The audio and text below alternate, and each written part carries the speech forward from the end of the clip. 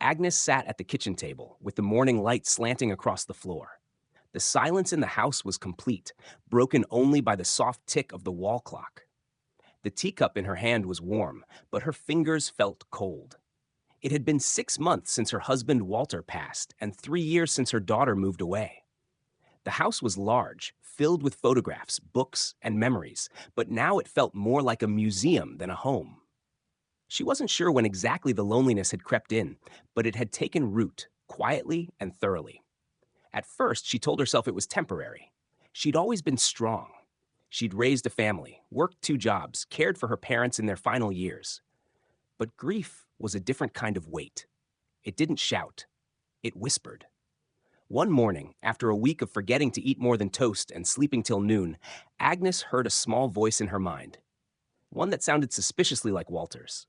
"You're still here, Aggie, so live." She set down her cup. That was the day she made a list. 4 things. She wrote it on a yellow notepad and stuck it to the fridge with a magnet shaped like a strawberry. It read: 1. Get out of the house every single day. 2. Find something to take care of. 3. Talk to at least one person daily. 4. Learn something new every week.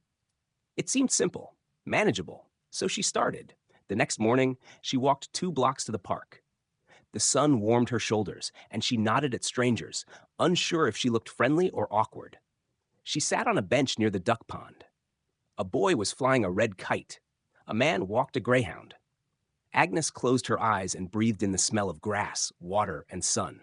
She stayed for 20 minutes. Day by day, her walk stretched farther.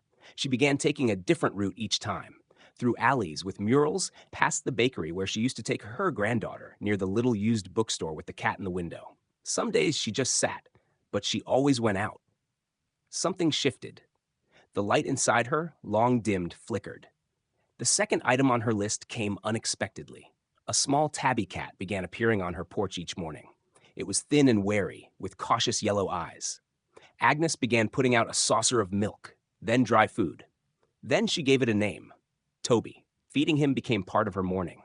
She'd open the door at 7:15, and Toby would already be there, tail curled around his feet like a proper little gentleman. Within weeks, he came inside. He didn't like to be touched much, but he liked to be near her. Agnes found herself talking to him aloud, silly things at first, then memories, confessions, opinions about the news. One afternoon, she caught herself laughing, really laughing. Toby had fallen off the couch trying to chase a dust mote. On to the third item. Agnes had always been polite to the neighbors, but never close. Now she made an effort. She started by smiling, then waving, then asking questions about their dog, their garden, their grandchildren. She began volunteering 1 day a week at the community library, just shelving books, but it was enough to bring her in contact with people. A teenager named Liv asked her what she was reading one afternoon, and before long, Agnes found herself recommending books, even starting a weekly book chat at the library cafe. It began with 3 people. A month later, there were 12. She never expected to make new friends at 76. But she did. And then the last thing, learn something new. Agnes had never used a smartphone. Walter had handled the tech stuff. One of the library volunteers offered to teach her. Within a few weeks, she was texting, browsing, even learning Spanish on an app. Then she found an online course for watercolor painting. She ordered a set of brushes and began experimenting. Her first attempts were terrible. She laughed so hard she cried. But slowly, her hands remembered how to move with purpose. She painted Toby sleeping on the windowsill. She painted the duck pond in winter. She painted Walter's glasses resting on his old armchair.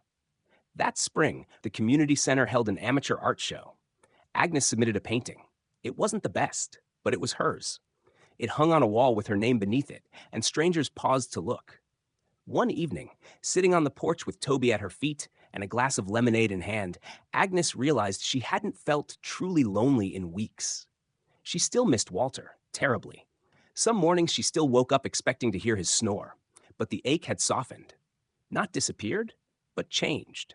She was still here, and she was living. The list remained on the fridge, though now it was wrinkled and stained with tea. Get out of the house. Take care of something. Talk to someone. Learn something new. 4 things. That was all. Years later, when Agnes was 90 and her granddaughter Emma came to visit, she asked her what had kept her so spirited for so long. Agnes didn't hesitate. I gave myself something to do, she said, something to care about. I didn't let the silence win. Emma smiled and wrote the list down on her phone. It was the same list they printed on the inside cover of Agnes's memoir when she passed, peacefully at 94.